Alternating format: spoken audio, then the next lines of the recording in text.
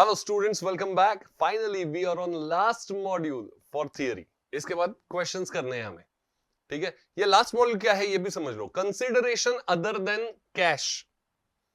आपके government text book में ये कॉन्सेप्ट दिया है जो मैं अभी ये मॉड्यूल में आपको पढ़ाऊंगा, बट उसमें क्वेश्चन नहीं दिया। तो ऐसा क्वाइट पॉसिबल है कि ये जो आपका थियरी पार्ट है, ये जो कॉन्सेप्ट है, उसमें आपको बोर्ड एग्जाम में शायद क्वेश्चन ना आए या आए भी। तो अच्छे से पढ़ना तो है ही हमें। अगर अभी नहीं आया बोर्ड एग्जाम में क्वेश्चन, तो ये नॉलेज पॉइंट ऑफ व्यू से पढ़ लो। आगे कहीं पे तो अप्लाई होना है आपको, डिग्री कॉलेज में या प्रोफेशनल कोर्स में, कहीं पे तो अप्लाई होगा ये, ठीक है। सो ये बहुत अच्छे से समझते हैं कंसिडरेशन अदर देन कैश। अभी तक जो भी मैंने आपको थियरी पढ़ा है, जब शेयर्स इशू कर रहा है तो कंपनी को क्या मिल रहा है? पैसा। वेरी गुड, कैश मिल रहा है। कैश मतलब हार्ड कैश नहीं, बैंक अकाउंट में अमाउंट जा रहा है। आप बोलोगे सर कॉल सिनेरियोस हुआ तो पैसा नहीं मिलता। हाँ बराबर, बाकी लोग तो देते हैं ना। कुछ गिने चिने शेयर होल्डर्स कॉल सिनेरियोस करेंगे, बाकी लोग तो पैसा देंगे। It was shares for consideration of cash. अब तक अभी हेडिंग ही क्या दिया है? कंसिडरेशन अदर देन कैश, मतलब कैश छोड़ के कुछ मिलेगा शेयर्स के अगेंस्ट। ऑब्वियसली ना, अगर इसका लिटरल ट्रांसलेशन करना है तो। So sometimes company issued shares as price for asset acquired from vendor for services received etc instead of issuing them for cash। मैंने एसेट लिया, सामने वाले को मैंने राजी कर लिया कि भाई ये एसेट के बदले तुझे पैसा नहीं देता हूं, मेरे कंपनी के शेयर्स इशू करता हूं। सो मैंने शेयर्स इशू किए, उसके बदले में मुझे क्या मिला? एसेट। मैंने कुछ सर्विसेज लिया, किसी से सर्विसेज रेंडर किया। अगर उसको एक्सेप्टेड है कि बॉस आपके शेयर्स दो मुझे, बॉस मतलब ऐसे कि भाई आपके शेयर्स दे दो मुझे, तो मैंने शेयर्स दिए, उसके बदले उसने सर्विसेज दिया मुझे, right. So that is what shares are issued other than cash. अभी डायरेक्ट पैसा नहीं मिल रहा हमें शेयर्स पे, या तो एसेट मिल रहा है या तो कोई सर्विसेज मिल रहा है, ठीक है। तो उसका अकाउंटिंग कैसे करेंगे, यही तो समझना है हमें। वेंडर मतलब कौन? सेलर। हाँ ऑब्वियसली, ये आपको पता है ना, English. Such issue of shares for receiving assets, services, etc. is issue of shares for consideration other than cash। मुझे शेयर्स इशू करके कैश कंसिडरेशन नहीं मिल रहा, अदर देन कैश कुछ मिल रहा है, एसेट मिल रहा है, सर्विस मिल रहा है, and so on. Shares of company are given instead of paying money. हमने एसेट लिया, पैसा देने के बदले शेयर दिया। हमने सर्विस रेंडर किया, पैसा देने के बदले शेयर्स दिया।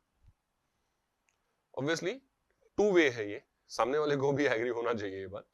For example, XYZ Company Limited is a newly formed company which mainly needs money to pay for fixed assets. Company acquired fixed assets worth 10 lakh from ABC Limited। अभी नया नया company है, इतना कैश है नहीं 10 लाख देने का, ठीक है। एसेट तो ले लिया। ये देखो, XYZ कंपनी ने ABC कंपनी से 10 लाख का एसेट्स लिया। परचेज कंसिडरेशन मतलब क्या? ये 10 लाख ओनली एसेट्स है, लायबिलिटी नहीं लिया। एबीसी वेंडर है, वो दे रहे। In the books of XYZ company the journal entry for purchase of asset is. अभी के लिए तो कुछ कंसिडरेशन पे नहीं कर रहे हम, तो क्रेडिट का एसेट का एंट्री, जैसे आपको समझने के लिए बता रहा हूं, क्रेडिट में एसेट परचेज किया तो क्या एंट्री दोगे आप?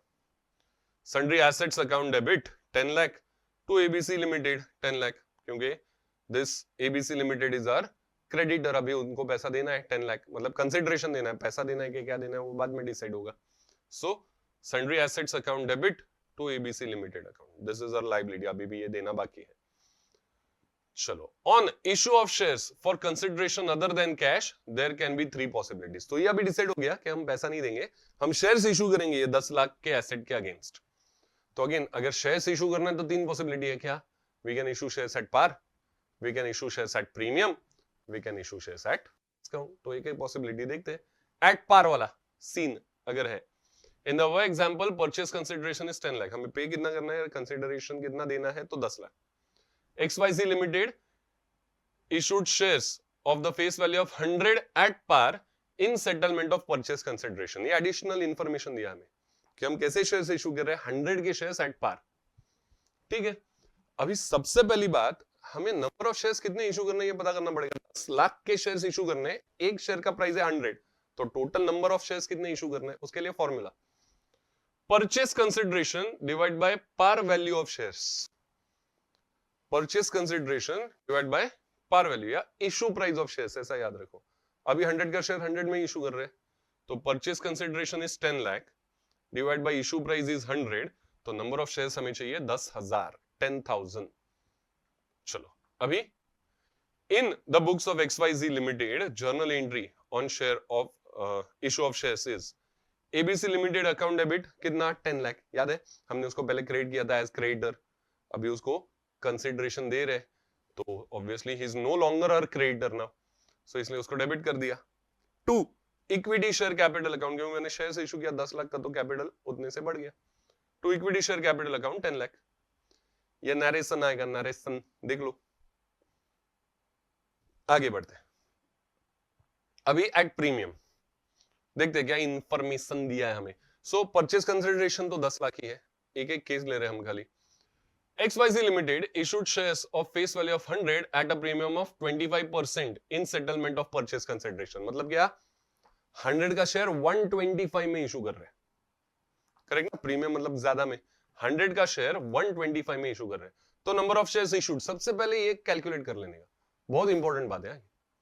Number of shares issued would be purchase consideration 10 lakh divide by issue price कितना हो गया अभी 125, सो 10 लाख डिवाइड बाय 125, सो ये कितना नंबर आ गया 8,000 शेयर्स। एट पार इशू करेंगे तो 10,000 शेयर इशू करने पड़ेंगे, एट प्रीमियम इशू करेंगे तो 8,000 शेयर्स इशू करने पड़ेंगे। चलो अभी जर्नल एंट्री समझते हैं। ABC लिमिटेड अकाउंट डेबिट कितना, तो ये तो 10 लाख ही रहेगा हमेशा, 10 लाख को सेटिस्फाई करना है हमें ना क्रेडिटर को, सो 10 लाख।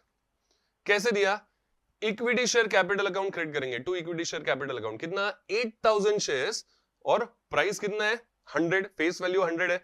आपको पता है अभी कि कैपिटल में हमेशा फेस वैल्यू जाता है, एक्सक्लूडिंग प्रीमियम, एक्सक्लूडिंग डिस्काउंट, याद आया क्या? यस, सो 2 इक्विटी शेयर कैपिटल 8 लाख। अरे सर 10 लाख के बदले 8 लाख ही शेयर्स दिया, हाँ तभी तो 2 लाख अपना प्रीमियम कहलाएगा। So to security premium account 2 lakh.